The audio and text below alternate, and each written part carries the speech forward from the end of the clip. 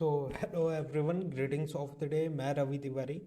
जैसे कि previous session में हम लोग armature winding of DC machine पे डिस्कशन कर रहे थे, उसी सेशन को आज के सेशन में हम लोग कंटिन्यू करेंगे एंड फर्दर टॉपिक्स के बारे में बात करेंगे। सेशन स्टार्ट करने से पहले कुछ इंपॉर्टेंट इन्फॉर्मेशन कि हम लोग गेट एकेडमी के चैनल पे हैं and just a second.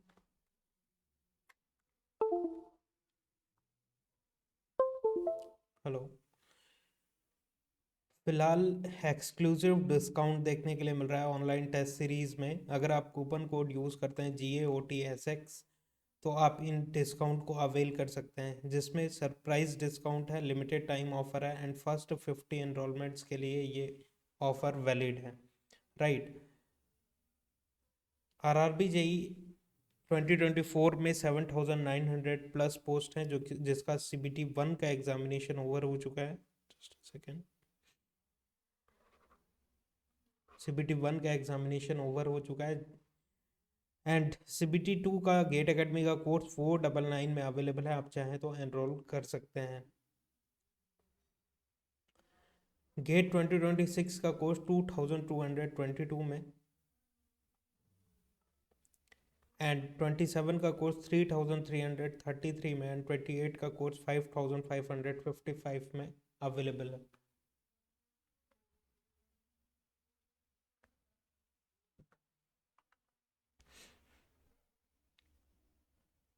RRB JEE SSC JEE 777 में अवेलेबल है। गेट एकेडमी के कुछ और भी कोर्सेज हैं, जैसे कैंपस रिक्रूटमेंट ट्रेनिंग प्रोग्राम 777 में, ऑल स्टेट AEJE एग्जामिनेशन 777 में, smart course and dopamine 555 combo 1111 में, ESC नॉन टेक्निकल UPSC का जो एग्जामिनेशन होता है इंजीनियरिंग सर्विसेज एग्जामिनेशन, जिसकी कोर्स प्राइस 777 है नॉन टेक्निकल पार्ट की, जिसमें project management, ICT, environmental science, engineering, drawing, इस तरीके के सब्जेक्ट्स इंक्लूडेड है। गेट के subject wise and combo courses भी अवेलेबल है कि आप इंडिविजुअल बेसिस पे अगर नेटवर्क में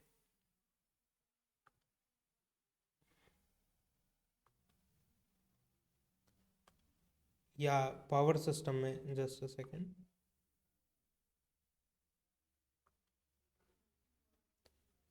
या पावर सिस्टम में या पावर इलेक्ट्रॉनिक्स में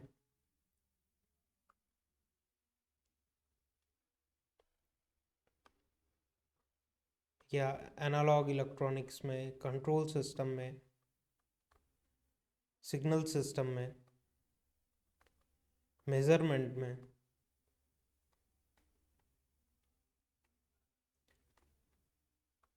डिजिटल इलेक्ट्रॉनिक्स में, EMT में, इलेक्ट्रिकल मशीन्स में एनरोल करना चाहते हैं तो आप इंडिविजुअल बेसिस पे भी इन सब्जेक्ट्स में एनरोल कर सकते हैं। अदरवाइज आप अपने अकॉर्डिंग बेस्ट कॉम्बिनेशन चूज करके एनरोल कर सकते हैं। उसके लिए आपको गेट एकेडमी की ऑफिशियल वेबसाइट विजिट करनी होगी। गेट एक्सटेंशन कोर्स फॉर 26 की 25 में आपने एनरोल किया हुआ था एंड 26 में आप गेट कोर्स का एक्सटेंशन चाह रहे हैं, तो 1,500 रुपीज़ पे करके आप 26 के लिए कोर्सेज को एक्सटेंड कर सकते हैं। यूपी पी एस सी का जो एग्जामिनेशन है प्रीलिम्स प्लस मेंस, जो 1111 में अवेलेबल है। प्रीलिम्स में जैसे कि दिस ईयर 22 सब्जेक्ट्स प्रीलिम्स में इंजीनियरिंग एप्टीट्यूड के सेक्शन में इंक्लूड किए गए हैं। वो सारे के सारे सब्जेक्ट्स आपको इस कोर्स के साथ देखने के लिए मिलेगा, जो कि लेटेस्ट रिकॉर्डिंग के साथ और लाइव क्लासेस के थ्रू आपको ये लेक्चर्स प्रोवाइड किए जाएंगे, जो कि 1111 रुपीज़ में आपको ये कॉम्बिनेशन देखने के लिए मिलेगा। रिकॉर्डेड कोर्सेज हैं ये, prelims plus mains UPPSC AE के लिए। Online test series details for GATE 2025 course, right. तो इलेक्ट्रिकल इंजीनियरिंग की जो टेस्ट सीरीज है 333 में अवेलेबल है, जिसमें topic wise 28 test, subject wise basic level के 12 test, subject wise advance level के 12 टेस्ट, मल्टीपल सब्जेक्ट टेस्ट 14,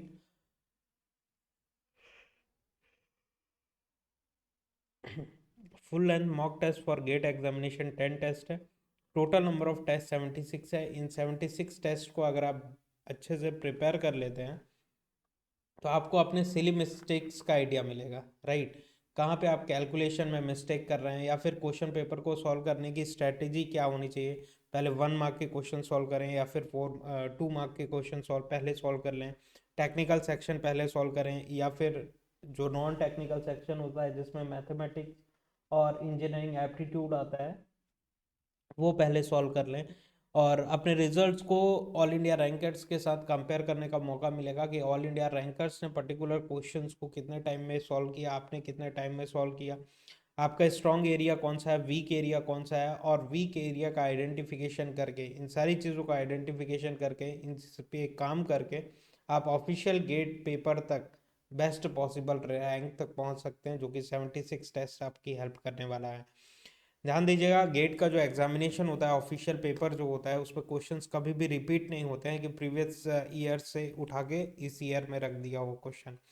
सारे के सारे क्वेश्चन यूनिक क्वेश्चन होते हैं। उसी तरीके से उसी अप्रोच में गेट एकेडमी की टेस्ट सीरीज डिज़ाइन की गई है, जो कि इन 76 टेस्ट में जितने भी क्वेश्चंस हैं सारे के सारे यूनिक क्वेश्चंस होंगे, जो कि आपकी टेक्निकल एबिलिटी को और भी ज़्यादा एनहांस करेंगे, राइट।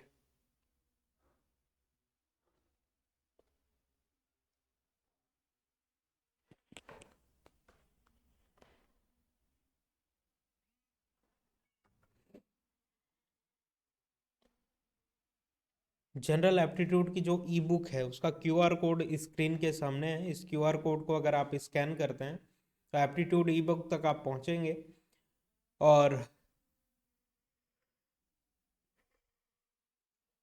सॉरी, जिसमें numerical ability, logical reasoning, verbal ability, special aptitude, total number of pages 521 है, और इसकी प्राइस 222 है, plus GST available on Google e books, जिसमें topic wise previous 15 years GATE question with detail solution available है।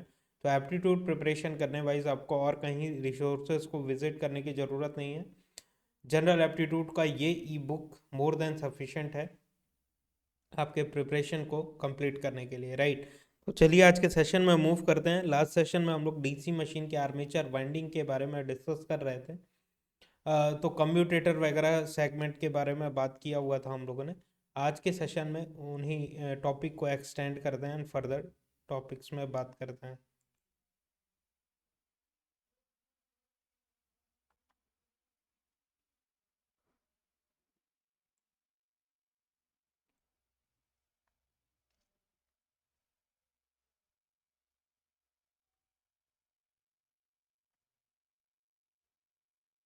सारा discussion हुआ था हमारा।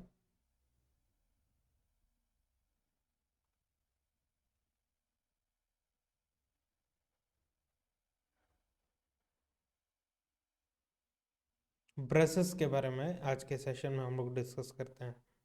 तो ब्रशेस जो होती हैं ये स्टेशनरी कॉन्टैक्ट में रहती हैं, जैसे कम्यूटेटर रिंग के साथ इस तरीके से ब्रशेस अटैच रहती हैं कि कम्यूटेटर अगर रन कर रहा है तो ब्रशेस स्टेशनरी कॉन्टैक्ट मेंटेन किए हुए हैं, सॉरी, कि शाफ्ट इस तरीके से रोटेट कर रहा है, शाफ्ट के साथ असेंबल्ड जो कम्यूटेटर रिंग है, स्प्लिट रिंग जिसको हम लोग कहते हैं, वो भी रोटेट हो रही हैं, और उसमें अटैच जो ब्रश है वो स्टेशनरी कॉन्टैक्ट मेंटेन किया हुआ है। क्योंकि as a generator point of view हम लोग बात करें तो जनरेटेड एसी जो आर्मेचर में डेवलप हो रहा है उसको डीसी में कन्वर्ट करना है through the help of commutator, right. तो कम्यूटेटर के थ्रू कन्वर्ट तो हो गया, लेकिन अब उस कम्यूटेटर क्या है, रोटेटिंग बॉडी है, तो रोटेटिंग बॉडी से डायरेक्टली वायर निकाल के हम लोग लोड तक पहुंचा सकते हैं क्या? नहीं, लोड क्योंकि हमारा स्टेशनरी है, लोड स्टेशनरी बॉडी है, कम्यूटेटर रोटेटिंग बॉडी है। तो दोनों के बीच में कनेक्शन इस्टेब्लिश करने के लिए, इलेक्ट्रिसिटी को कलेक्ट करने के लिए ब्रशेस काम में आती हैं, जो कि कार्बन ब्रशेस होते हैं। They are electrical they are electrical connection between rotating commutator and stationary load. They collect current. These are stationary sliding contact. ये क्या है? स्टेशनरी स्लाइडिंग कॉन्टैक्ट मेंटेन किए होते हैं। These are stationary sliding contact. The collection of current should be without any sparking, which is called as successful commutation. Generally use brushes material as copper या carbon की material की बनाई हुई होती हैं, कार्बन या ग्रेफाइट की, राइट। तो ग्रेफाइट मटेरियल हम लोग यूज़ करते हैं जो कि इलेक्ट्रिसिटी कलेक्ट करने के लिए यूज़ किया जाता है। ग्रेफाइट में सेल्फ लुब्रिकेटिंग प्रॉपर्टी होती है, जो कि अलग से ग्रीस वगैरह या फिर ऑयलिंग वगैरह प्रोवाइड करने की ज़रूरत नहीं है। अदरवाइज क्या होगा, ऑयल क्या होता है, ऑयल एक इंसुलेटिंग मटेरियल है, और ब्रशेस में एज अ लुब्रिकेशन हम लोग यूज़ करें, क्योंकि रोटेटिंग बॉडी के साथ स्टेशनरी बॉडी को कनेक्ट करना है, तो वहाँ पे ऑयल अगर यूज़ करें तो कम्यूटेटर के थ्रू जो करंट आ रहा है वो ऑयल के थ्रू होता हुआ आएगा। ऑयल क्या होता है, इंसुलेटर पार्ट होता है, राइट। तो इसीलिए हम लोग क्या है कि सेल्फ लुब्रिकेटिंग मटेरियल प्रोवाइड करते हैं, graphite kind of material use करते हैं for the construction of brushes, isn't it. अब ध्यान दीजिएगा, जैसा कि हम लोगों ने प्रीवियस सेशन में बात किया हुआ था कि फोर्स क्या होता है, B I L sine theta, force in a coil, let me tell you, induce voltages in a coil. Coil के बारे में जब भी बात करते हैं तो D phi by D T से रिलेट करते हैं। And induced EMF in a conductor में जब बात करते हैं हम लोग, conductor is directly proportional to B I L, right, sine theta. तो B is for flux density. तो induced EMF in a conductor is directly proportional to flux density, right। तो ध्यान देते हैं कि इन प्रीवियस सेशन में हम लोगों ने देखा हुआ था, इसको मल्टीपल सेक्शन में अगर हम लोग डिवाइड करें कि 1 2 3 4 5 6 7 8 और ये 1 1 2 3 4 5 6 7 8 एंड 1, राइट। तो induced EMF in a conductor के बारे में जब भी हम लोग बात कर रहे हैं तो फर्स्ट एंड फिफ्थ वाला जो पोजीशन है, फिफ्थ पोजीशन पे, position, late me write here position, कि फर्स्ट एंड फिफ्थ वाले पोजीशन पे मूवमेंट क्या है, रेडियल वेलोसिटी इस डायरेक्शन में है, इस डायरेक्शन में है। तो ये कंडक्टर्स कैसे हैं, फ्लक्स लाइंस के पैरेलली प्लेस्ड हैं, पैरेलली प्लेस्ड हैं। तो इंड्यूस्ड ईएमएफ कितना देखने के लिए मिलेगा, induced EMF in these conductor is directly proportional to B I L sine theta, B I L sine theta, sine, और theta is equal to, theta की वैल्यू क्या है, ध्यान दीजिएगा, फ्लक्स लाइंस का डायरेक्शन ये था और इंड्यूस्ड ईएमएफ, सॉरी, कंडक्टर का मूवमेंट का डायरेक्शन ये है, रेडियल वेलोसिटी। तो दोनों एक दूसरे के पैरेलल हैं, तो साइन थीटा की वैल्यू क्या होगी, zero, parallel in the sense zero. तो साइन जीरो की वैल्यू क्या होती है, zero, means that induced EMF in a conductor क्या देखने के लिए मिलेगा, जीरो। ये हम लोगों ने डिस्कस किया हुआ था। एंड पोजीशन 3 और 7 में अगर डिस्कस करें तो induced EMF in a conductor is directly proportional to B I L, and sine की वैल्यू यहाँ पे क्या होगी, ध्यान दीजिएगा, ये वाला जो कंडक्टर है तो इधर मूव करेगा, ये वाला कंडक्टर इधर मूव करेगा, तो फ्लक्स लाइंस ऐसे जा रही हैं, हॉरिजॉन्टली जा रही हैं। ये कंडक्टर्स का मूवमेंट क्या है, वर्टिकल डायरेक्शन में। तो फ्लक्स लाइंस के नॉर्मल क्रिएट कर रही हैं, 90 डिग्री क्रिएट कर रही हैं। ये आपके फ्लक्स डेंसिटी का डायरेक्शन है, and this is the direction of conductor movement, conductor movement, right. तो ये इस कॉन्सेप्ट से, और प्रीवियसली जो कॉन्सेप्ट हम लोगों ने डिस्कस किया हुआ था कि induced EMF in a conductor 1 और 5 पे जीरो होगा और 3 और 7 पे मैक्सिमम देखने के लिए मिलेगा। तो induced EMF in a conductor 3 और 7 पोजीशन पे मैक्सिमम देखने के लिए मिलेगा, मैक्सिमम देखने के लिए मिलेगा, क्योंकि directly proportional to flux density है। यहाँ पे इस कंडक्टर में मैक्सिमम फ्लक्स एक्सपीरियंस हो रहा है, इस कंडक्टर में भी मैक्सिमम करंट एक्सपीरियंस हो रहा है, फ्लक्स एक्सपीरियंस हो रहा है, जिसके कारण फ्लक्स डेंसिटी हाई होगी एंड वोल्टेजेस ज़्यादा देखने के लिए मिलेंगे। तो in d axis, let me tell you, this is direct axis, axis of field poles, this is the axis of field poles, जिसको हम लोग डी एक्सिस के नाम से जानते हैं, D axis, direct axis, right. और क्यू एक्सिस क्या होती है, क्वाड्रेचर एक्सिस होती है। क्यू का फुल नेम है क्वाड्रेचर। क्वाड्रेचर क्या है, just 90 degree perpendicular to the direct axis, 90 degree perpendicular to the direct axis. और एमएनए भी हम लोगों ने डिस्कस किया हुआ था अपने स्टार्टिंग के डेफिनेशन वाले सेशन में। कुछ सेशन में हम लोगों ने डिस्कशन किया था मैग्नेटिक न्यूट्रल एक्सिस के बारे में। तो ये क्या होगा, 1 और 5 पे कंडक्टर में वोल्टेजेस का इंडक्शन कितना है, 0। तो मतलब कि in D axis the flux cutting the conductor is more, so the current flow is more.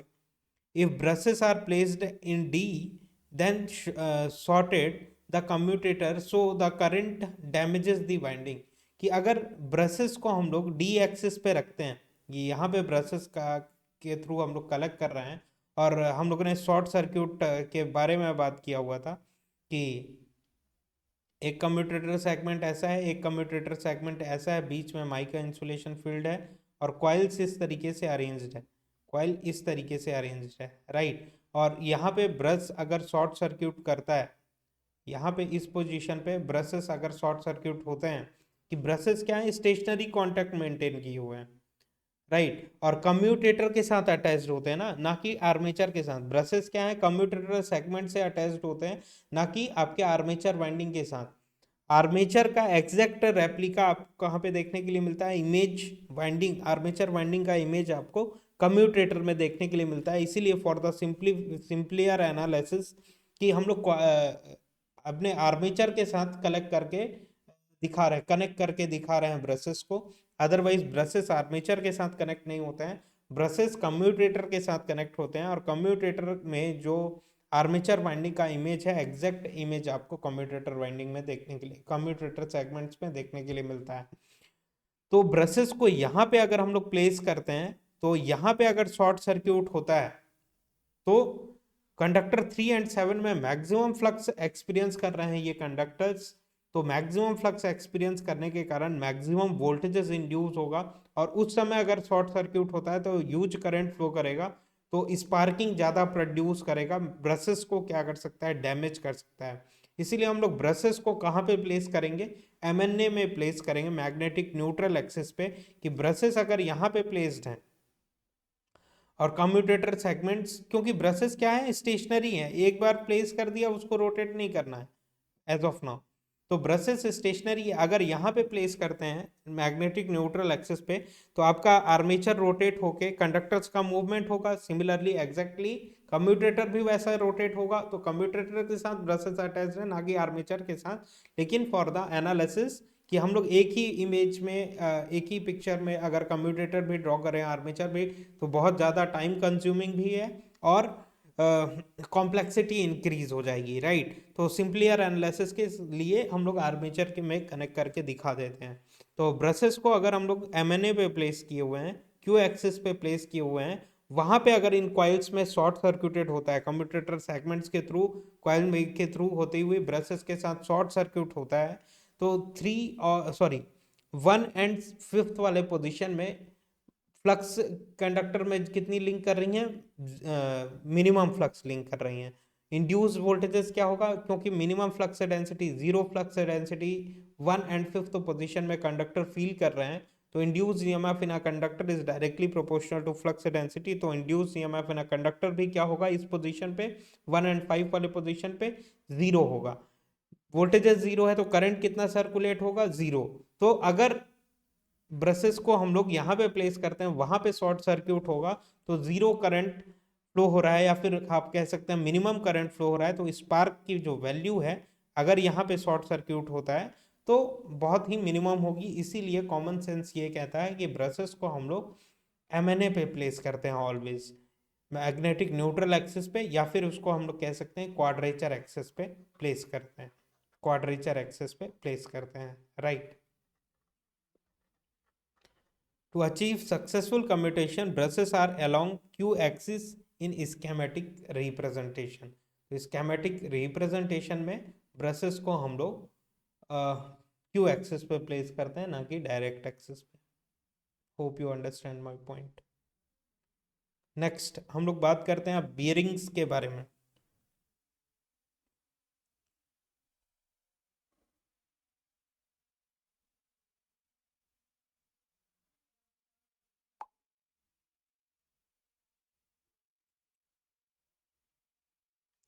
अब हम लोग बात करते हैं बियरिंग्स के बारे में।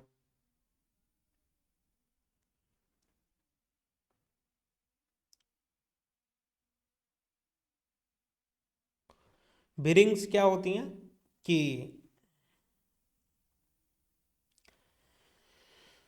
ध्यान दीजिएगा कि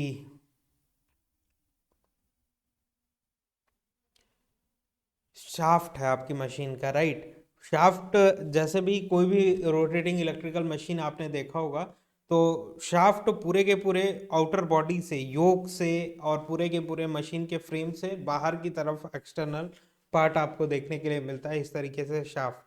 तो उस शाफ्ट को आप कहाँ पे रखेंगे? मशीन के फ्रेम में ही रखेंगे। और शाफ्ट को क्या है, रोटेट होना है। तो शाफ्ट को रोटेट होना है, और मशीन के फ्रेम में अगर आप रख रहे हैं, हवा में तो रखेंगे नहीं, तो मशीन के फ्रेम में रखेंगे। तो सॉलिड आयरन बॉडी के ऊपर में अगर आप शाफ्ट रखते हैं, तो कंटिन्यूअसली शाफ्ट के रोटेट होने के कारण पूरी की पूरी आयरन बॉडी जो होगी आपकी, उसमें वियर एंड टीयर हो जाएगा, वो डैमेज हो जाएगी, राइट। इसीलिए, और हीट जनरेट करेगी, आपकी मशीन को खराब कर देगी। इसीलिए हम लोग क्या करते हैं कि इसीलिए हम लोग डायरेक्टली आयरन में ना प्लेस करके शाफ्ट को बियरिंग्स प्रोवाइड करते हैं। और बियरिंग्स कई कॉम्बिनेशन की होती हैं, बियरिंग्स कई टाइप के होती हैं, जैसे कि बॉल बियरिंग्स हो गई, रोलर बियरिंग्स हो गई,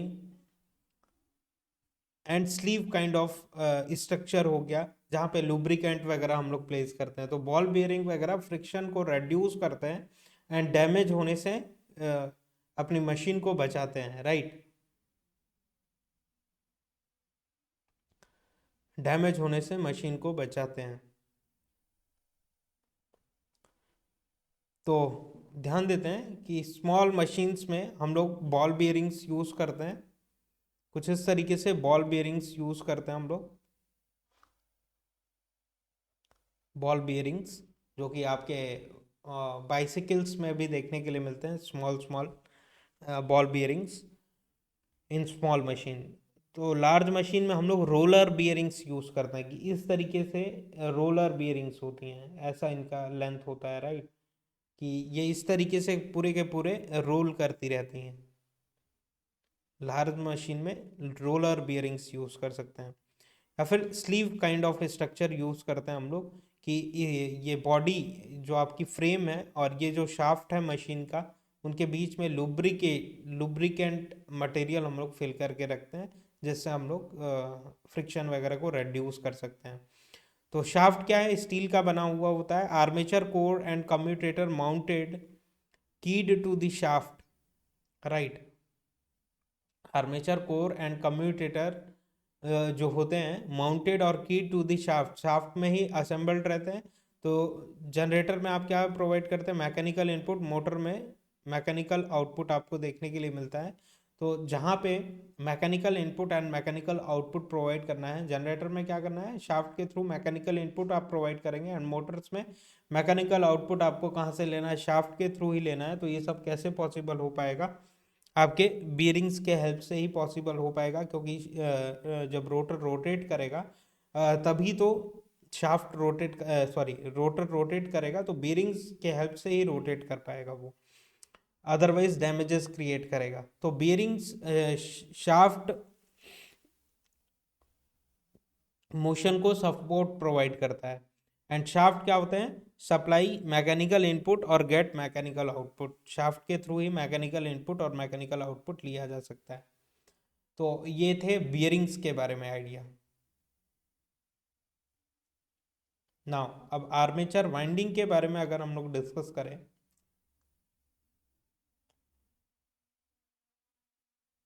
कुछ बेसिक इंट्रोडक्शन है वाइंडिंग्स के बारे में, कि सिंप्लेक्स वाइंडिंग क्या है, डुप्लेक्स वाइंडिंग क्या है, टाइप्स ऑफ वाइंडिंग।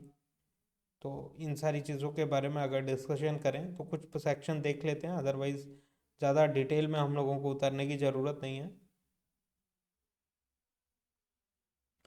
तो आर्मेचर वाइंडिंग के बारे में हम लोग डिस्कशन करना चालू करते हैं। डिस्कशन स्टार्ट करने से पहले कुछ बेसिक जो डेफिनेशन है उनको कवर करते हैं हम लोग। Let me continue this session.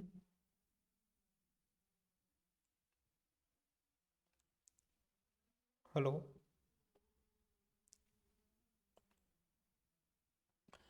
तो कंडक्टर के डेफिनेशन में आते हैं। What is conductor, right.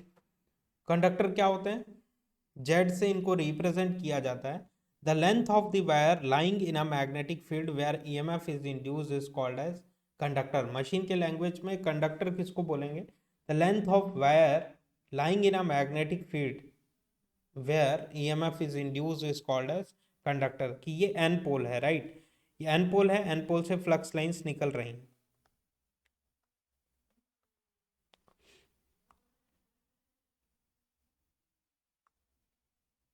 और एस पोल पे इंटर कर रही हैं, एस पोल पे इंटर कर रही हैं, यही फ्लक्स लाइंस ऐसे इंटर करेंगी।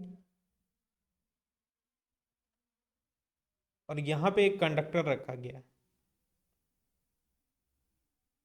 कुछ इस तरीके से, और ये back to back connection provided है, और इस तरीके से टर्न, ये सिंगल टर्न हम लोगों ने क्रिएट कर दिया इस तरीके से। लास्ट सेशन में, प्रीवियस सेशंस में हम लोगों ने देखा हुआ था।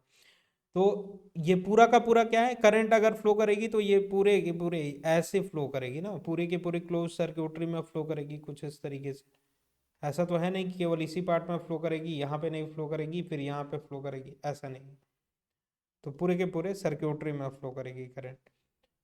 तो कंडक्टर हम लोग किसको कहेंगे, the active length of the wire which is lying in a magnetic field where EMF is induced is called as conductor.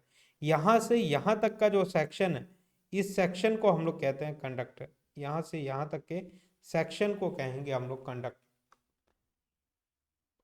यहाँ से यहाँ तक के सेक्शन को हम लोग कहेंगे कंडक्टर, क्योंकि यही जो सेक्शन है, इतना सेक्शन और यहाँ से यहाँ तक का सेक्शन ही मैग्नेटिक फील्ड में रखा हुआ है, जहाँ पे फ्लक्स लाइंस से इंटरेक्ट होगा, वोल्टेजेस इंड्यूस होगा, जहाँ पे वोल्टेजेस इंड्यूस होगा, राइट।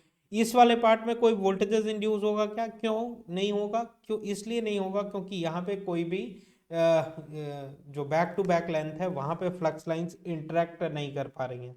फ्लक्स लाइंस ऐसे उड़ के जाएंगी क्या यहाँ पे, नहीं, उड़ के नहीं जाएंगी, इसीलिए इस वाले पार्ट में कोई भी फ्लक्स लाइंस लिंक नहीं कर रही हैं। तो active length of the wire which is not lying on the magnetic field where EMF is not induced is not known as conductor, right. Conductor किसको कहेंगे हम लोग, the active length of the wire which is lying in a magnetic field where EMF is induced is called as conductor. तो यहाँ से यहाँ तक के सेक्शन को ही हम लोग कंडक्टर कहेंगे, उस बैक टू बैक सेक्शन को कंडक्टर नहीं कहेंगे, दो इट इज कंडक्टर, लेकिन मशीन के टर्मिनोलॉजी में, आर्मेचर वाइंडिंग के टर्मिनोलॉजी में हम लोग उनको कंडक्टर नहीं कहेंगे। इस वाले पार्ट में भी वोल्टेजेस इंड्यूस होंगे क्या, नहीं, यहाँ पे भी वोल्टेजेस इंड्यूस नहीं होंगे, तो ये भी कंडक्टर नहीं कहलाएगा। यहाँ से यहाँ तक का active length of the wire क्या है, यहाँ से यहाँ तक के सेक्शन जो कि फ्लक्स के इंट्रोड्यूस हो रहा है, इन्फ्लुएंस हो रहा है, जहाँ पे वोल्टेजेस इंड्यूस होंगे, is known as conductor. Then turn, turn के बारे में बात करें, two conductor made one turn. Turn क्या होता है कि ये सिंगल कंडक्टर था, राइट, ये सिंगल कंडक्टर था इस तरीके से, ये सिंगल कंडक्टर था, ये एक कंडक्टर, एक कंडक्टर टू, ये कंडक्टर थ्री। अब टर्न अगर हम लोगों को क्रिएट करना है तो कंडक्टर वन, फर्स्ट कंडक्टर लिए, सेकंड कंडक्टर लिए, और इन दोनों को back to back connection provide किए और कुछ इस तरीके से अरेंज करके रखे हम लोग, तो ये वन टर्न क्रिएट हो गया, वन टर्न क्रिएट। कितने टर्न्स हैं यहाँ पे, यहाँ से चालू किए हम लोग और ये सर्कुलर कुछ देखने के लिए मिल रहा है, यहाँ से चालू हुआ और ये क्लोज सर्क्यूटरी बना रहा है, यहाँ पे ओपन सर्क्यूटेड है जहाँ से सप्लाई वगैरह प्रोवाइड किया जा सकता है। तो ये वन टर्न बना है, इसको हम लोग बोलते हैं one turn, one turn, right. Two conductors made one turn, तो कितने कंडक्टर्स लगे, फर्स्ट कंडक्टर, सेकंड कंडक्टर, जो कि दोनों मिलके एक टर्न क्रिएट कर सकते हैं। If there are Z conductors there will be Z by to turns. अगर दो कंडक्टर मिलके एक टर्न बना रहे हैं तो जेड कंडक्टर्स मिलके कितने टर्न्स बनाएंगे, Z by two, Z by two. If the coil consist of one turn it is known as one turn coil, है ना। तो इसको हम लोग वन टर्न कॉइल भी कह सकते हैं। अगर कोई भी कॉइल एक टर्न कंसिस्ट कर रही है तो इसको हम लोग वन टर्न कॉइल भी कह सकते हैं, one turn coil, one turn coil के नाम से भी जान सकते हैं। अब इन सारी चीज़ों को एरेज करते हैं तब बाकी के डेफिनेशन हम लोग समझ पाएंगे। लेट मी राइट हियर,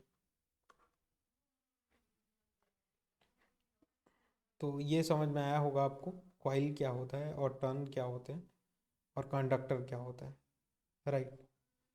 तो सिंगल टर्न कॉइल अभी हम लोगों ने देखा, वन टर्न कॉइल। अब मल्टी टर्न कॉइल के बारे में बात करते हैं। मल्टी टर्न कॉइल क्या होती है?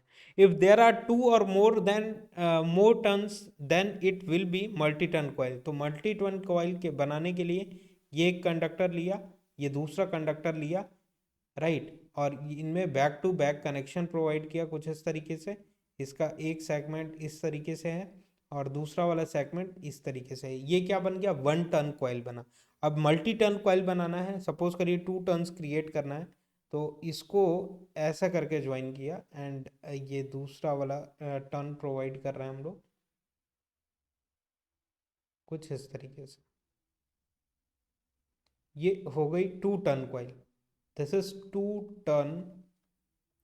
कितने टर्न्स हैं? टू टर्न्स हैं कॉइल, टू टर्न कॉइल।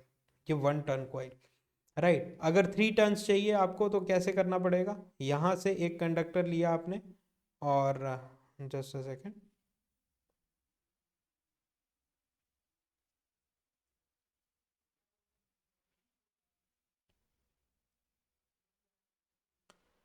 और यहाँ से back to back connection provide किया। लेट मी राइट हियर,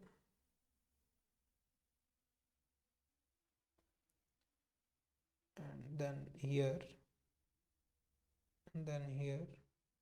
ये वन टर्न कॉइल बनी, राइट। और टू टर्न कॉइल, ये टू टर्न कॉइल बन गई।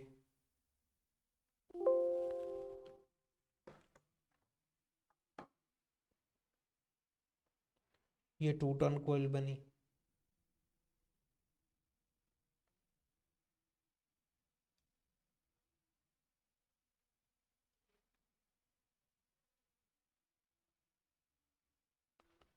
और थ्री टर्न कॉइल बनाना है तो आप कुछ इस तरीके से बना सकते हैं, और लाइक दैट, सो ऑन।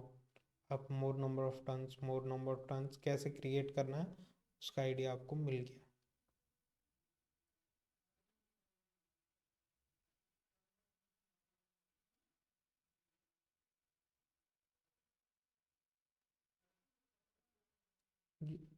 ऐसे कॉइल साइड्स निकल आए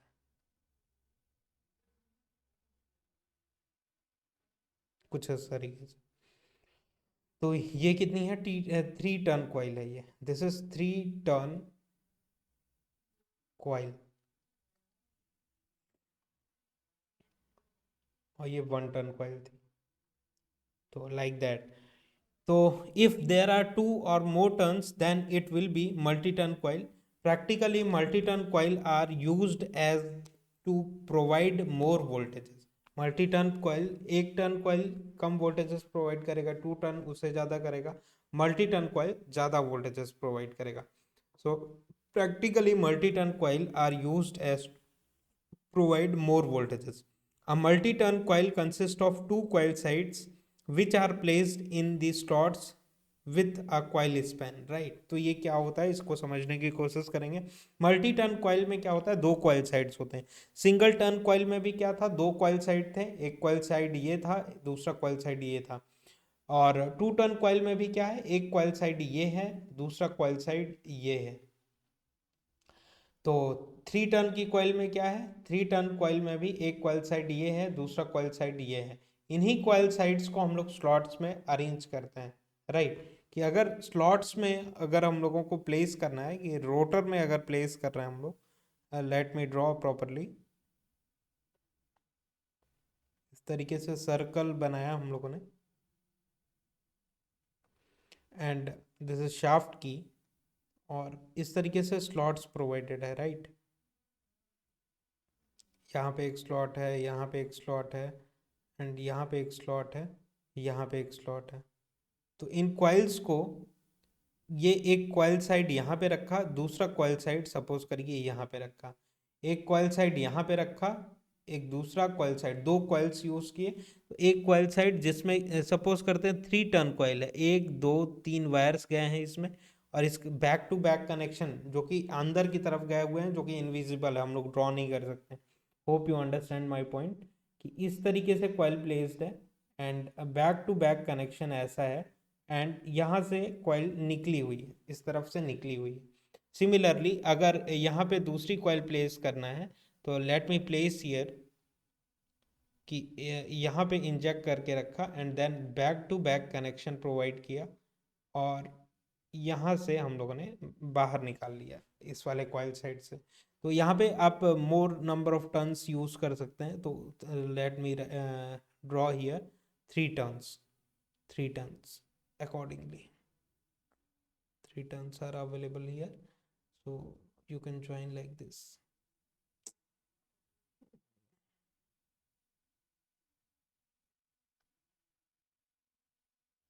ऐसा कुछ, राइट, और फिर ऐसा कुछ।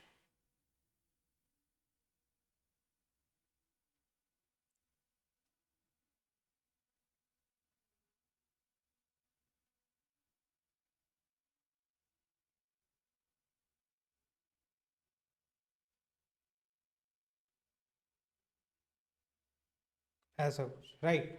तो इस तरीके से इन स्लॉट्स में क्या प्लेस किया हम लोगों ने, स्लॉट्स में कॉइल साइड्स प्लेस किए। एक कॉइल साइड ये था, एक कॉइल साइड इसका ये है, दूसरा कॉइल साइड क्या है रेड वाले पेन से, एक कॉइल साइड ये है, ये एक दूसरा coil side, these are coil sides.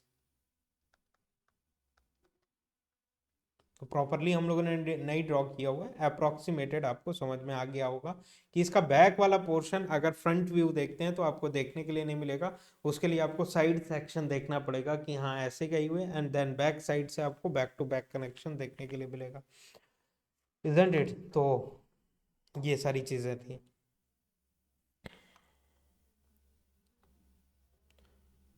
A multi-turn coil consists of two coil sides which are placed in slots with a coil span। coil span क्या होता है हम लोग फर्दर बात करेंगे इसके बारे में।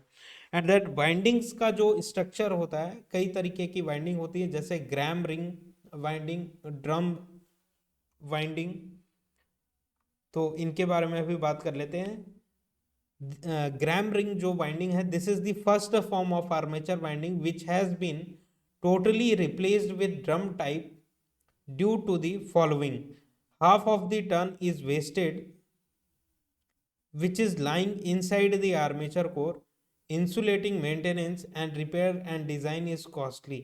इसलिए ग्रैम रिंग को अवॉइड करके हम लोग ड्रम वाइंडिंग को ही प्रिफर करते हैं।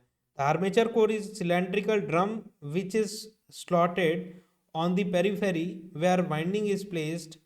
In that number of tons wasted, design maintenance and repair is comparatively easy होता है ड्रम से वाइंडिंग में, isn't it? तो ये क्या होती हैं इसके बारे में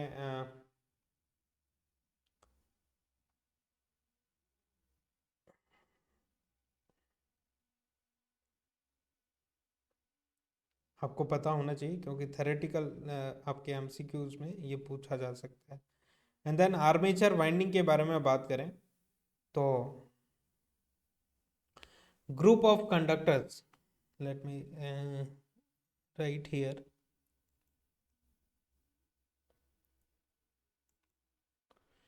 कि आर्मेचर वाइंडिंग क्या होती है, group of conductors made into turns and multi turn to form multi turn coil.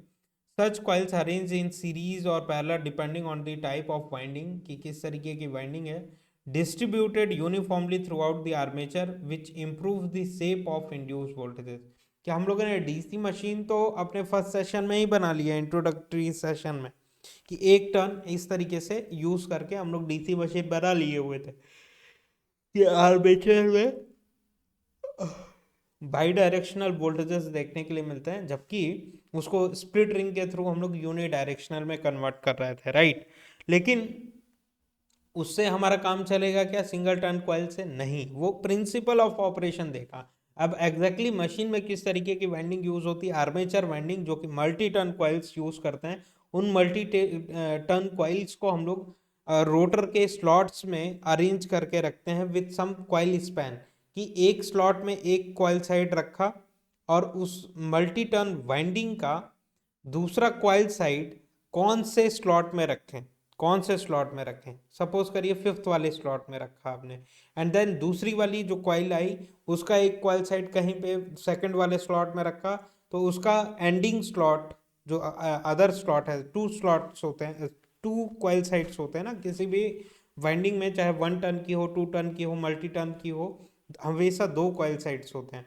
तो group of conductors made into turns and multi turn coils to form multi turn coils. Such coils are arranged in series or parallel depending on the type of winding, distributed uniformly throughout the armature, which improves the shape of induced voltages. तो जो हम लोगों ने single turn coil use करके voltages जो मिल रहा था uniform, sorry, bidirectional voltages unidirectional में कन्वर्ट हो जा रहा था, लेकिन उससे शेप प्रॉपर डीसी आउटपुट आपको नहीं देखने के लिए मिलता, उसमें पल्सेशन देखने के लिए मिलता, हार्मोनिक्स देखने के लिए मिलते हैं। लेकिन अगर आप मल्टी टर्न कॉइल यूज करते हैं तो शेप टूवर्ड्स द डीसी आप इम्प्रूव कर सकते हैं, pure constant DC as output आपको प्रोवाइड होगा।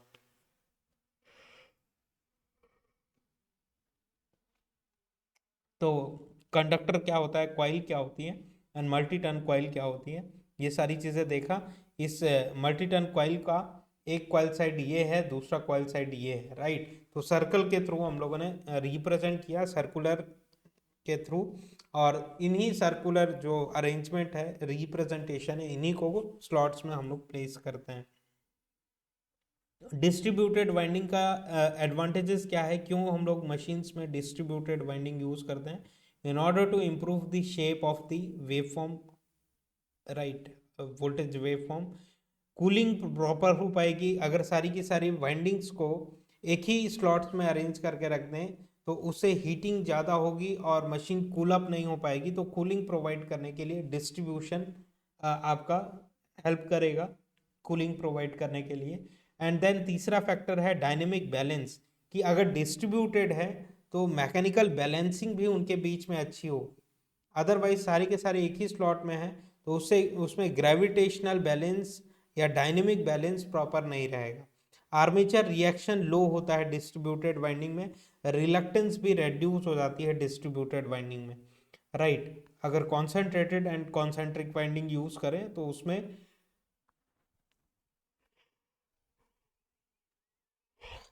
रिलक्टेंस ज़्यादा ऑफर होगा। Thousands of tons making bunches having only two terminals or two ends. Thickness of conductor depends on the current capacity, की किस रेटिंग की मशीन है उतने थिकनेस का कंडक्टर आप यूज करके कॉइल वगैरह बनाएंगे, cross section of conductors, right.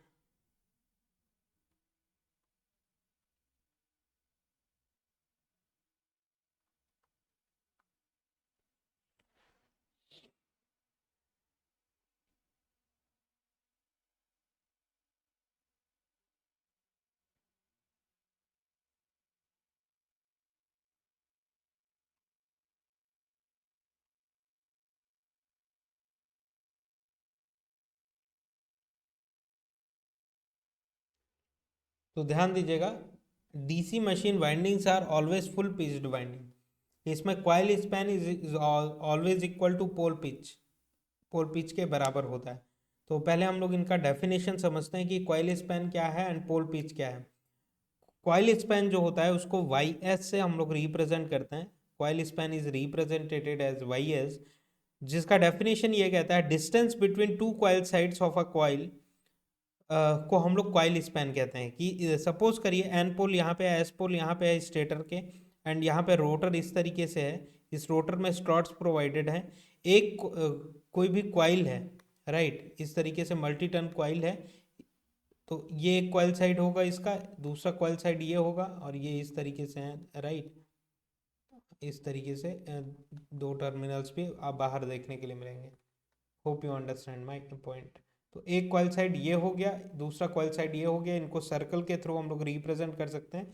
तो इन स्लॉट्स में एक कॉइल साइड स्लॉट 1 में प्लेस किया, दूसरा coil side let suppose coil 7 में प्लेस किया, स्लॉट 7 में प्लेस किया, तो इन दोनों के बीच का स्पैन कितना हो गया, 7 - 1, जो कि 6 होगा कॉइल स्पैन, राइट, कि दोनों के बीच का डिस्टेंस कितना है, कितने स्लॉट्स का डिस्टेंस है। Distance between two coil sides of a coil is known as coil span. Bunches of coils are placed in slots, कि बंच ऑफ कॉइल हम लोग प्लेस करके रखे हुए हैं एक पर्टिकुलर स्लॉट में।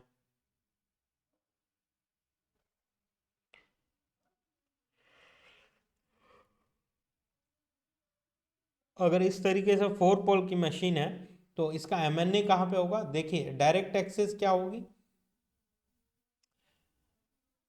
मैग्नेटिक न्यूट्रल एक्सिस क्या होगी, फ्लक्स लाइंस कैसे जा रही हैं, ऐसे जा रही हैं, फ्लक्स लाइंस ऐसे जा रही हैं, तो फ्लक्स के फ्लो होने के 90 डिग्री पे एमएनए होता है, मैग्नेटिक न्यूट्रल एक्सिस। इसी को हम लोग क्यू एक्सिस के नाम से भी जानते हैं। तो एक क्यू एक्सिस ये, एक क्यू एक्सिस ये होगी। तो फ्लक्स के फ्लो होने के 90 डिग्री, यहाँ से 90 डिग्री अगर आप देखते हैं तो क्यू एक्सिस आपको मिल जाएगी। एमएनए इस तरीके से हम लोग पता कर सकते हैं। नाउ अगर पोल पिच भी डिस्कस कर लेते हैं पहले। पोल पिच क्या होता है, अभी तो कॉइल स्पैन डिस्कस किया। पोल पिच क्या होता है, the peripheral distance between two adjacent poles और area under one pole expressed in terms of number of slots per pole or conductor per pole is called as pole pitch। कि peripheral distance between two adjacent poles, कि एक N pole है दूसरा S pole है, तो N pole के under में rotor का या पूरे मशीन का कितना सेक्शन, हाफ, अगर 2 पोल की मशीन है तो एन पोल के अंडर में आधा सेक्शन आएगा, एस पोल के अंडर में आधा सेक्शन आएगा, राइट। अगर 4 पोल की मशीन है तो एन पोल के अंडर में 1/4 सेक्शन आएगा, एस पोल के में 1/4 आएगा, एन में 1/4 आएगा, एस में 1/4 आएगा, राइट। तो let me define pole pitch, कि अगर इस तरीके से 2 पोल की मशीन है, एक पोल यहाँ पे है दूसरा पोल यहाँ पे है और यहाँ पे रोटर रखा हुआ है, तो इतना एरिया एस पोल के अंडर में आ रहा है और इतना एरिया एन पोल के अंडर में आ रहा है, तो एक पोल पिच क्या हो गया। देखिए peripheral distance between two adjacent pole क्या होता है, पोल पिच होता है। तो ये डिस्टेंस यहां से यहां तक का भी डिस्टेंस हो सकता है, या तो यहां से यहां तक का भी डिस्टेंस हो सकता है। जितना डिस्टेंस यहां से यहां तक का आएगा उतना ही डिस्टेंस यहां से यहां तक का आएगा, राइट। तो किसी भी तरीके से आप पोल पिच डिफाइन कर सकते हैं। और 4 पोल की मशीन है तो इस तरीके से एन टू एन लाइन गई है, एस टू एस गई हुई है, तो एक पोल के अंडर में कितना एरिया आ रहा है, इतना, एक पोल के अंडर में इतना एरिया, एक पोल के अंडर में, तो ये डिस्टेंस सेम ही रहेगा ना, चाहे आप इसको यहां से यहां तक बोलें। Hope you understand, right. इस डिस्टेंस को अगर आप यहां से इसके हाफ सेक्शन से यहां तक मेजर करते हैं या यहां से यहां तक मेजर करते हैं, बात सारी सेम ही है, राइट। तो टू एडजेसेंट पोल्स के बीच का जो डिस्टेंस है वो एक पोल पिच कहलाता है। The peripheral distance between two adjacent poles और area under one pole expressed in terms of number of slot per pole, कि कितने नंबर ऑफ स्लॉट एक पोल के अंडर में आ रहे हैं।